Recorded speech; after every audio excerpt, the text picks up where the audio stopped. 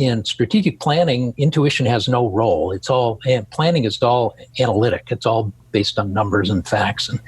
But if we're dealing with complex environments with open networks, we can't analyze these things. We can't predict them.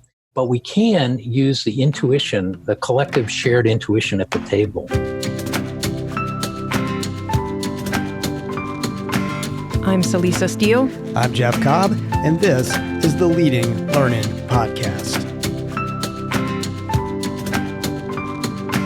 Welcome to episode 390, which features a conversation with Ed Morrison. This is an encore airing of an interview from our archives.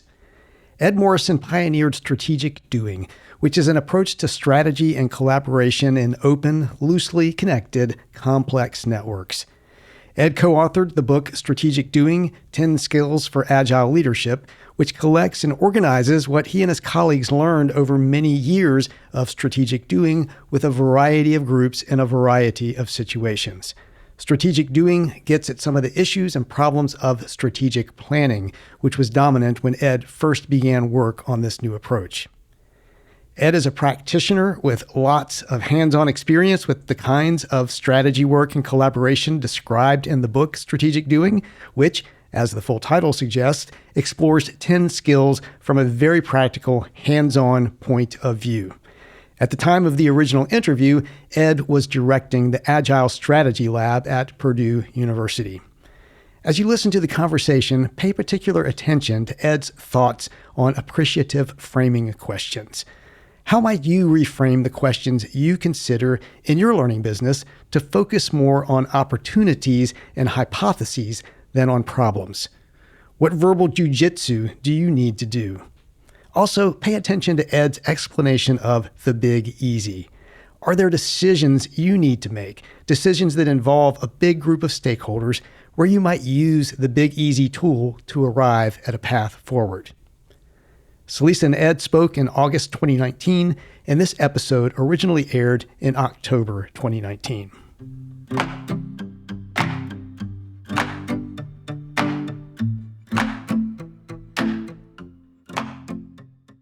Would you just start by explaining to listeners what strategic doing is and how it came to be? Yeah.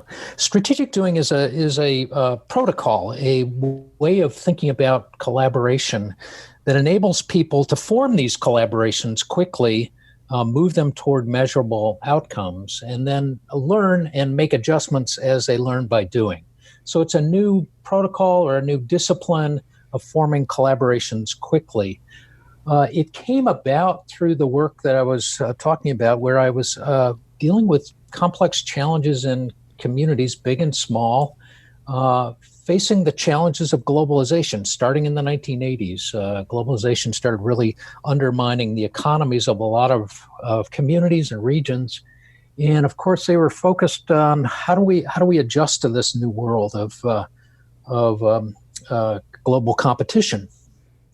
Part of the challenge, of course, was bringing people together. And the only real approach that we had at the time was strategic planning, which I had learned in my corporate strategy work and had applied. I was a corporate strategy consultant working for big companies like Ford and General Electric before I went off on my own. But the problem with these big planning models is that they don't work very well in situations where nobody can tell anybody really what to do. So open networks or these loosely connected networks, strategic planning just doesn't work. So in the early 90s, I started exploring a new approach to strategy, really based on open source software development. And for about 12 years, I worked on this. And by 2005, I was convinced that I had a model in my head that worked, that I could replicate, but I didn't know how to teach it. So I came to Purdue to learn how to teach it, and I've been at Purdue ever since. So that's in a nutshell where strategic doing came from. Well, and you've already touched on it some, but collaboration really is core to strategic doing, and that collaboration then involves, of course, conversation. Mm-hmm. And I know in the book that you and the other four co-authors, you unpack 10 skills needed for collaboration. And, I think for me, this is really interesting because we talk a lot at Leading Learning around the idea of we often don't know how to learn. So much of the educational offerings out there really focus on content and not really helping people learn how to learn or learn how to learn better. And I think similarly, you and your colleagues are really focused on this idea of collaboration and that we know collaboration is important, but that doesn't mean we know how to do it. And so You're down there digging into these different skills. And I know we're not going to have time to touch on all 10 of the skills, but I'm hoping we can get to a couple of them in our conversation today. And I know one of them in particular focuses around using appreciative framing questions to design a conversation. So I'm hoping you can talk to us a little bit about what that means and maybe even some of the questions that you think learning leaders, those folks who are working in lifelong learning, continuing education, professional development, what types of appreciative questions might they be asking? Or if you don't want to suggest particular questions, maybe give us an idea of how we might arrive at those questions ourselves. Yeah, so this is you're touching on a core idea around strategy or collaboration, strategic doing and collaboration, and that is we have to frame a conversation. When you think about it, collaboration comes out of is a product of conversations. And what we learned early on and why I came to Purdue was an understanding that complex collaborations emerge out of a conversation that has an underlying structure and a trajectory. It changes over time. But part of the challenge is to frame the conversation, draw a boundary around the conversation that we want to have. And it's critical that this conversation be appreciative. And the reason is because we are dealing with really complex challenges. Collaboration is a complex, emergent phenomenon. It emerges out of our conversations. So one of the challenges that we want to focus on initially is how do we frame the conversation so that we're looking at opportunities and not problems. And I think if I could digress a little bit into that question for a minute. If we focus on challenges and frame them around problems, typically we frame these problems and they connect with each other. So, for example, in Flint, Michigan, when they approached us and asked us about how do we use strategic doing to reduce teenage homicide rates, if we started out our conversation and framed it around a problem, the problem of teenage homicides, and got people to talk about the problem of teenage homicides, we'd have a lot of discussion about, well, the problem of teenage homicides is we don't have any jobs in the neighborhoods, or the families have broken down, or the schools aren't doing their job. And you end up with these problem-centric conversations that end up going nowhere. However, if we reframe that conversation into an opportunity, what would it look like if a child in Flint could walk home safely without worrying about being assaulted? Then you start thinking about what does that future look like, and how do we design, or how do we move ourselves toward designing that future? So this is very tightly bound up with insights of appreciative inquiry, which you may be familiar with, where David Cooper-Ryder at Case Western Reserve University came up with some very important insights, which is that people move in the direction of their conversations. So strategic doing is designed to enable us to design a future that we can't yet see yet, but it's an opportunity for us to design something that produces value for us, something valuable for us that we can't really accomplish right now. So, for example, in Flint, it's a question of how do we design a neighborhood in such a way that kids aren't afraid of walking home from school. And when that happens, people start thinking about, well, what could I do to engage in that future? And so you start seeing people sharing their assets, their ideas of what they could do to contribute to that future. So it's very, very important. Framing questions, we've learned, start with some fairly simple constructions. One of the ways to think about it is to start with how could we, or imagine if, or what would it look like if. So in a recent class, we had professor from a engineering school. And he said just learning this one skill of an appreciative question changed the way in which he interacted with his colleagues on the faculty.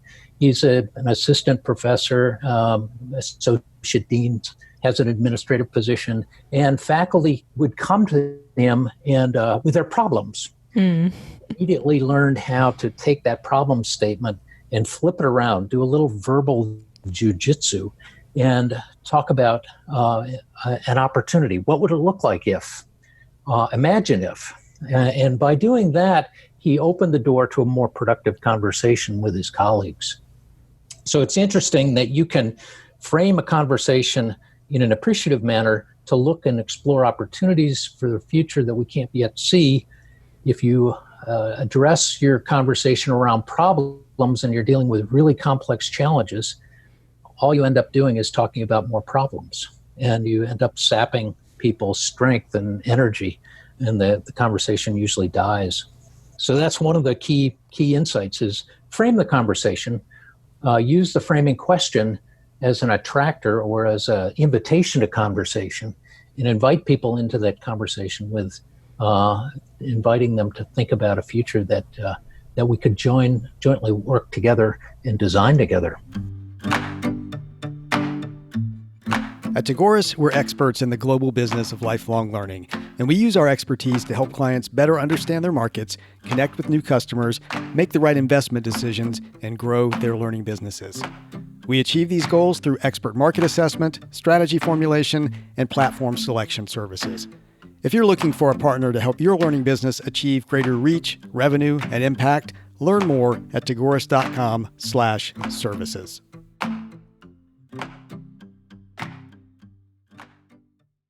Well, I think that's a really important point to focus on those opportunities, not the problems. So I'm thinking in terms of a learning business, I can imagine, for example, perhaps a non-appreciative inquiry approach might be, our enrollments are dropping or our attendance at the conference is falling. But as you were just saying, if we can apply a little verbal jujitsu, instead look at the opportunity to better serve the professionals in field X. So here's an example. I mean, as a conference, imagine we had a conference in which people came to our conference seeking powerful learning experiences that they both created and shared. What would that look like? So you invite people to think about this in a different way, or how could we create a memorable learning experiences for everyone every month, not just once a year, but how do we do that for everyone in our organization every month? Or what would it look like if our organization became a test bed for the latest ideas in adult learning? What would that look like? So now you're starting to trigger some imagination on the part of your potential participants in your conversation. And you're inviting them, as I said, to design a future that you can't really see yet, but you think it's out there, potentially out there. It's a hypothesis. It embeds a hypothesis about a future that you could do together, you could work on together. That's great. And I think, too, that the idea of the hypothesis is then that you're going to go out there and be testing it. And that's part of, again, that emphasis you have on doing, right? It's not just talking. Ultimately, you're going to move beyond the conversation. You have to, because, again, if you think about what you're trying to do with a collaboration, by definition, collaboration is an environment in which really nobody can tell anybody what to do. You're working toward shared outcomes, shared value, and you frankly don't know how that's going to actually unfold. You can't really predict the future, but you think it's there. You think you can create value together that neither one of you or your partners can't create by themselves. And you've got to start then running experiments. And as you run these experiments, as you start doing things together and in what we like to call micro commitments, just small commitments, then you start building trust across the network. And that's what really starts to move the network forward. Well, great. So that was, we touched just briefly there on one of those skills around that framing question and making sure that you really give good, important thinking to what that question should be. Another skill that you talk about is making decisions, that choices have to be made. Ultimately, you have to sort through options and then pick one to move forward with, to test, as we were just talking about with a hypothesis. And one of the things that I found really interesting in the book is that you have a tool for doing that. And so I'm hoping you would talk about the 2x2 matrix and the big easy sort of, flavor of that. Yeah. So strategic doing, we designed strategic doing to think about networks and how do we build networks and how do we do things together in a linked, leveraged, and aligned way, all of us taking small steps and growing our network and moving it toward an outcome, as I said, that we can't see yet. And so the whole notion of this is linking and leveraging across your networks and engaging people in your networks to work with you on projects that they would find valuable as well.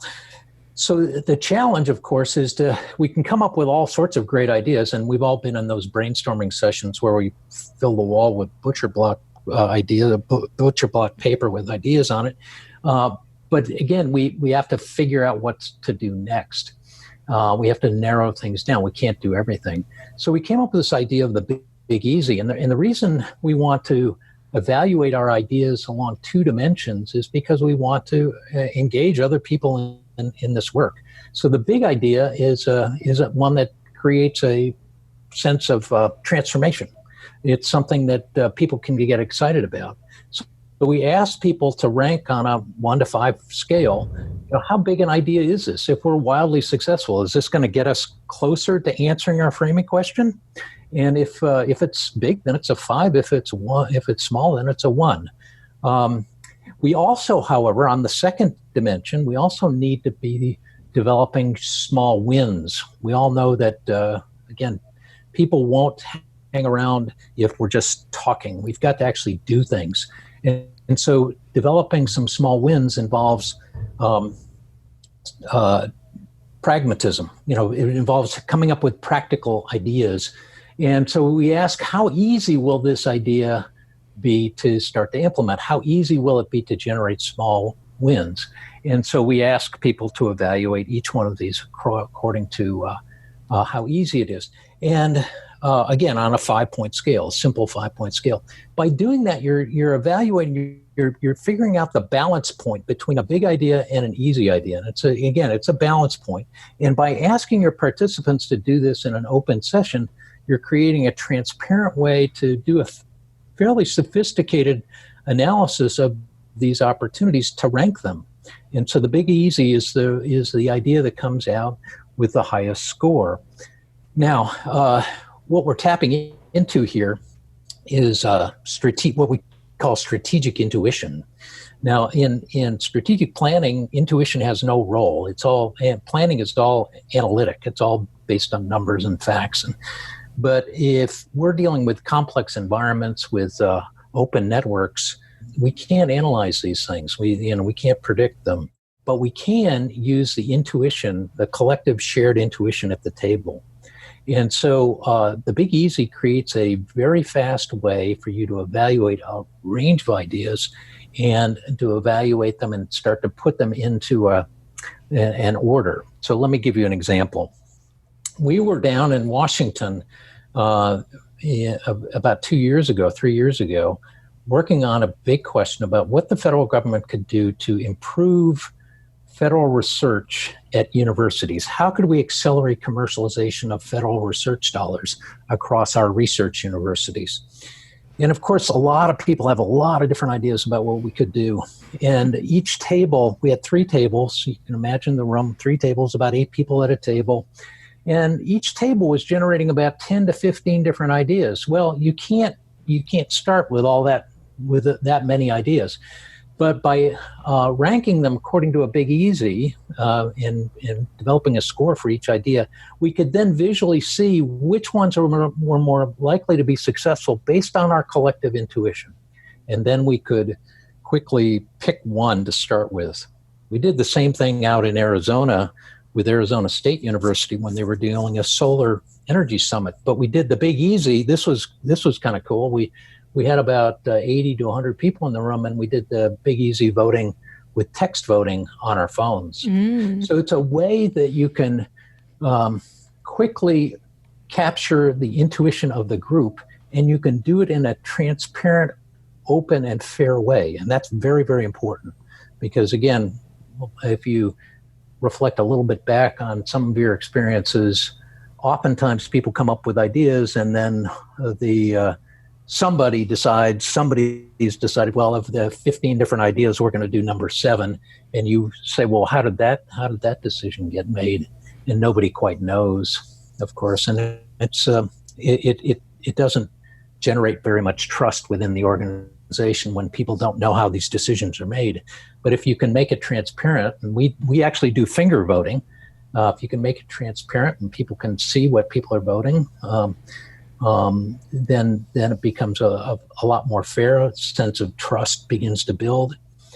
Another interesting insight is that when, if for example, you and I were at a table and we were voting on something, and you, Celisa, said, I'm going to vote this 1. I think this is going to be very hard to do. And I look at it and I vote 5. And I say, well, this is going to be very easy to do.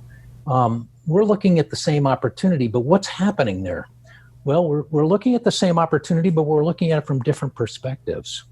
And so if we drive our conversation a little bit deeper and think a little bit more about why is it that you voted at a 1 and why is it that I voted at a 5, then you can see that there's a deeper conversation to be had. Can be pretty short, can be only 30 seconds or a minute, but you start to recognize that we're all looking at the world through our own straw. So we're all looking at the same thing, but we're seeing different things. And when we listen to one another, again, we're building trust and building awareness and learning about the different points of view across the table. I think that's an excellent point. So that this can be a tool not only for decision making, but as you were just pointing out, for further conversation and to help build that deeper alignment among the team members who are part of the collaboration. Well, this is one thing that's really interesting to me, and I don't really know because I'm not a social scientist, so I can't really evaluate it. But one of the things we learn is that by driving our conversations deeper, we actually bring people together, and this is different from what we've learned with strategic planning. I mean, we've all been through the vision statement routine, right? And in a vision statement, we think, well, we're going to bring people together if you get higher levels of abstraction, or if we play word games and we, like refrigerator magnets, and kind of come up with our vision statement. And the truth of the matter is you can exhaust people doing that. The conversation becomes more and more superficial. And at the end of the day, people don't care.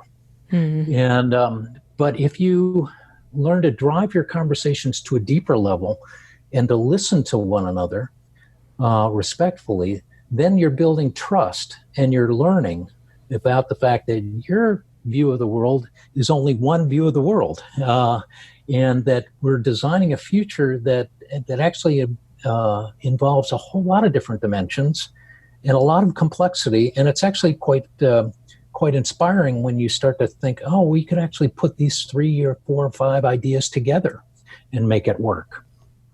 But that does require you to sit and listen to what other people are seeing.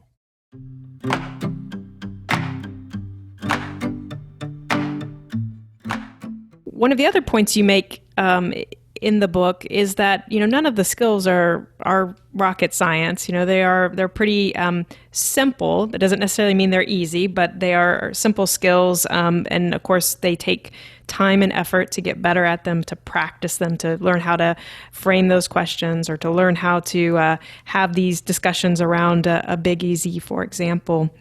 But one of the other things that you also make the point about is that the skills can be used independently, but there's a great benefit in bringing them all together, using them in concert. So I'm hoping you can talk a little bit about that, how the skills can fit together. And then as part of that, I think also too, just the role of teams or groups in agile leadership. Right. Well, let me address the second part of that first. So the role of teams. One of the things you learn, and I've been at this for over 20 years or so, there are 10 skills, but no one is good at all 10 skills. And so if you think of an S curve, you're familiar with an S curve, I think, probably. The whole notion that life, living systems go through a period of birth, rapid growth, maturity, and then decline. Teams people can be situated along an S curve. In other words, you've got the entrepreneurs at the early stage of the S curve who are very, very horizontal thinkers. They connect all over the place. They think in new and different ways. You get people in the middle of the curve who are thinking more about systems. How do I grow this thing? How do I make it work? And you have people at the top of the S curve who are really focused on efficiency, or focused on the idea that we've really got to get down to brass tacks here, folks. We've got to figure out who's going to do what by when. Well, this is all part of the notion of cognitive diversity, and our 10 skills actually map pretty closely to an S curve. And so one of the things we have learned is that when we're facing these really complex challenges, a transformation of any sort is complex. We're dealing with hidden networks we can't see. We're trying to align assets within those networks, find out what they are, link and leverage them, move them in a new direction. This is all very complex work that you need a cognitively diverse team. You need people that are good at all of these different skills. So in the 10 skills, I'm particularly good at the first 1, 2, 3, 4, 5, 6. I'm not really good at 7, 8, 9, 10. 10 is about nudging. As I tell my colleagues, I'm a great nudgee. I'm not a great nudger. So you recognize that you're not really good at all of these, and that you need complementers. You need people who are good, and you need to recognize when their leadership matters. And so when that leadership can move, and a good team starts to move leadership across the team as circumstances change. We learned this by really studying what the folks up in Flint were doing. And the core team up in Flint that really took on these challenges, but way before the water crisis, they were working, as I said, on teenage homicides. And the core team there was just an amazing group of people. And you watched leadership move from one to the next as they leveraged off of each other's strengths. Now, the 10 rules, let me give you a little background on how we came to the 10 rules. Remember, back in the 90s, I was trying to figure out how do we develop a strategy process for open networks, because our whole way of doing this, strategic planning, doesn't work. And so I started with the idea of, okay, well, what is a strategy? Now, I'm a lawyer by training, so definitions matter a lot to me. So when I was looking for a definition of strategy, I came across one that really makes a lot of sense. And this is Kathleen Eisenhardt out of Stanford, working in really complex environments, studying how teams and companies operate in these really dynamic environments. And her point was that strategy answers two questions: where are we going and how will we get there? And so by definition, we have to have an answer to those two questions. The next design challenge I faced was, okay, how do we design a conversation that answers those two questions? And we came up with 4 questions. The first question was, what could we do? What could we do to address the strategic challenge, the framing question that we were talking about? And then of all the things we could do, what should we do? Which is the question of the big easy, identifying the big easy. Then the third question is, what will we do? What will we do? And the fourth question is one we call, what's our 30-30, which is, when are we getting back together again in roughly 30 days to figure out what we learned and what we're going to do for the next 30 days.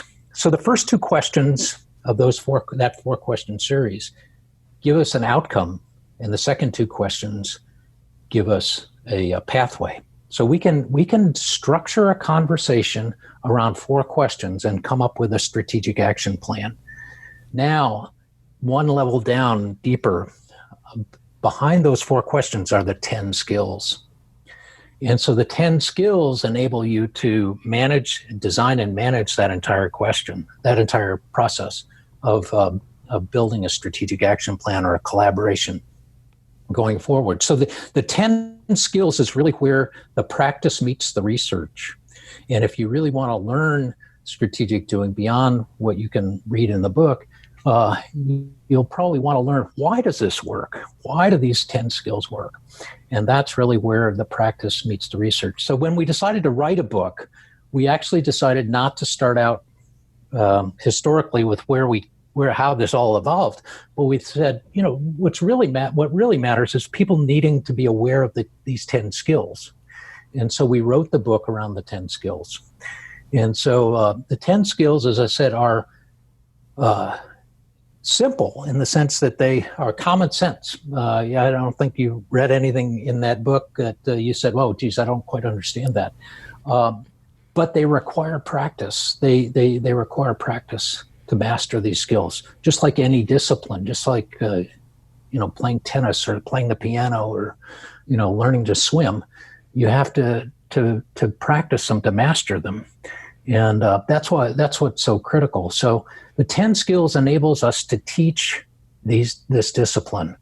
And when I say I came to Purdue to learn how to teach this, it's when we came across and designed the 10 skills that I realized that we had a discipline that we could teach people. And about 4.5 years ago, an incident happened in a week that I realized, oh my gosh, I think we have it. And that was, I was talking to a community organizer in Flint, and I was talking to a weapons architect at a big defense contractor in New Jersey, and we were talking about the same conversations, the same questions, and I realized both of these people are dealing with really complex challenges. One of them is dealing on a neighborhood level. One of them is dealing with, putting repair systems on big destroyers. Also a very complex problem. And they're structuring their conversation in the same way. And I realized that if we can teach these skills to people so that they can actually practice them themselves, and then we can teach these skills so that people can actually use them. It wasn't until then that I didn't think and then the idea of writing up. Now we wrote the book because now we realized, okay, we now can teach these skills, and we can make this an open source discipline. We can share these skills across our universities, and so that's really what we're doing right now. So. Well, great. Well, that's wonderful. Thank you for sharing all of that. And I really do think that the framework that you have out there with these 10 skills underpinning it make a tremendous amount of sense, like you're saying, across all types of different situations. And I do love just the focus on application and on meaningful, useful tools. Yeah, so if people read the book, what we recommend you do is just, when you get really good at this, you end up applying these skills not in a big process, which you can do. You can as a process, but you can also just pull them out. And as my friend Philip did, he just pulled out the appreciative question. And when people came at him in the hallway with a problem, right, he just flipped it around into an opportunity and had a different conversation. And so that's a great example of how you can use these skills one by one. What is one of the most powerful learning experiences that you've been involved in as an adult since finishing your formal education?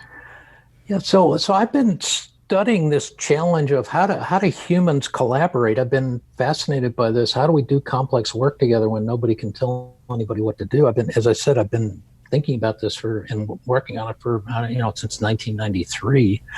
It's when I started, really. And I tell you, the most powerful learning experience happened when we had our first practitioner conference, which was 4 years ago. And we had strategic doing practitioners come to the University of North Alabama, which has been kind of one of our hot spots for developing strategic doing. And I spent 2 days in this conference, and I walked away with about 3 or 4 really cool ideas. And I was just amazed that here it was. I've been thinking about this for 25 years, and I never thought of those things. And I thought, wow, isn't that cool? And so I say our practitioner conference, which we now hold every year, is amazing because we have these incredible people doing really hard they're working on really hard problems, whether it's opioids or, K through 12 student dropouts, or challenges of, how do I take a strategic plan and make it work?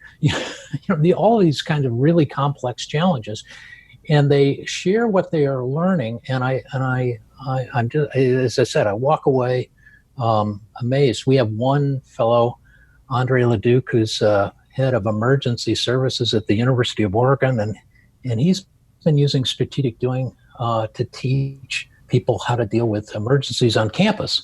And I said, well, why are you using strategic doing? Why are you doing that? And he said, well, this is the way we think, and we need everybody in an emergency. We need everybody to think this way. We need to strategically do stuff, and we can't sit around, pointing fingers, getting into arguments. We actually have to just try stuff. And so building that discipline in groups is critical for dealing with emergencies. And so we've actually also had FEMA come to our workshops, and so part of the exciting aspect of this is that this is like a prayer practice or a meditation practice, or I'm sure an artist. I'm not a pianist or a musician at all, but I'm sure that someone like Yo-Yo Ma, who I was fortunate to meet, sees in their work in the discipline deeper and deeper levels. And that's what I see in this, and I'm just amazed by it. It's quite inspiring, and it keeps me going. Well, wonderful. Thank you for sharing that. I think I also hear in that example just a shout out to the benefit of peer learning, right? That you're there hearing from others who are applying this, and there's a huge benefit in that social learning aspect. Yeah, and that's exactly right, and it's all learning from your peers. I mean, it's really, and you just you see that they're looking at the world slightly differently than you are, or differently than you are, but you have a common language about these complex challenges. You have a common framework about how collaborations can be designed and guided, and so you're working not on the rigmarole of strategy. I mean, we don't talk anything about strategy. We talk about, these really complex challenges of what are we learning when we apply this to, for example, opioids? How can we build healthy networks in these rural communities? How's that going to work? And where are the leverage points? And what are we learning by doing that? And so these are the kinds of questions and insights that we get at that conference. And so it's just a wonderful experience.